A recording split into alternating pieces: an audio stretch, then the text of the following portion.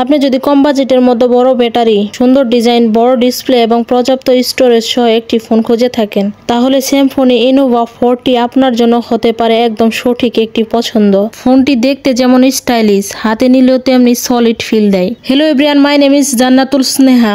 You are watching my channel Tech Me Neha. সবাইকে স্বাগতম নতুন আরেকটি ভিডিওতে। তো ভিডিওতে কি কি থাকছে সবকিছু এই ভিডিওতে আজকে আলোচনা করব। ভিডিওটা একটু স্ক্রিপ্ট করবেন না, একদম কাটকুট করা যাবে না, ফুল ওয়াচ করতে হবে। তো মূল ভিডিওটি শুরু করার আগে আপনাদের কাছে ছোট্ট একটি রিকোয়েস্ট, আপনারা যারা আমাদের চ্যানেলে নতুন অবশ্যই চ্যানেলটি সাবস্ক্রাইব করে পাশে থাকা বেল বাটনটি অন করে রাখবেন এরকম নিত্য নতুন আপডেট ভিডিও সবার আগে পাওয়ার জন্য।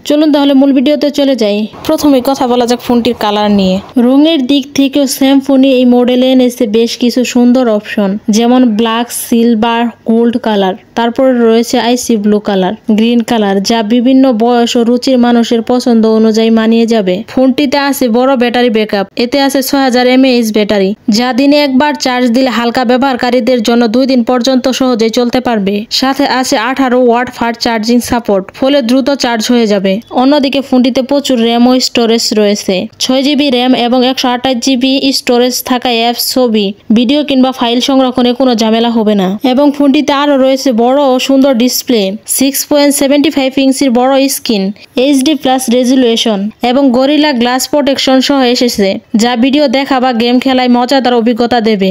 এখন কথা বলা যাক ফোনটির ক্যামেরা সেটআপ নিয়ে। 50 মেগাপিক্সেলের প্রধান ক্যামেরা সহ ট্রিপল ক্যামেরা সেটআপ থাকায় ডে লাইটেও ভালো ছবি পাওয়া যায় এবং সাথে আরো রয়েছে ডিজিটাল জুম এবং HD ভিডিও রেকর্ডিং করার সুবিধা। ফোনটিতে আরো রয়েছে biometric security, side mounted fingerprint sensor ও ফেস আনলক সুবিধা থাকায় ফোন আনলক করা সহজ ও নিরাপদ। ডিজাইন ও বিল্ড কোয়ালিটি নিয়ে কথা বলা যাক। প্রিমিয়াম লুকের সাথে প্লাস্টিক বডি হলেও ফোনটি হাতে নিলে মজবুত মনে হয়।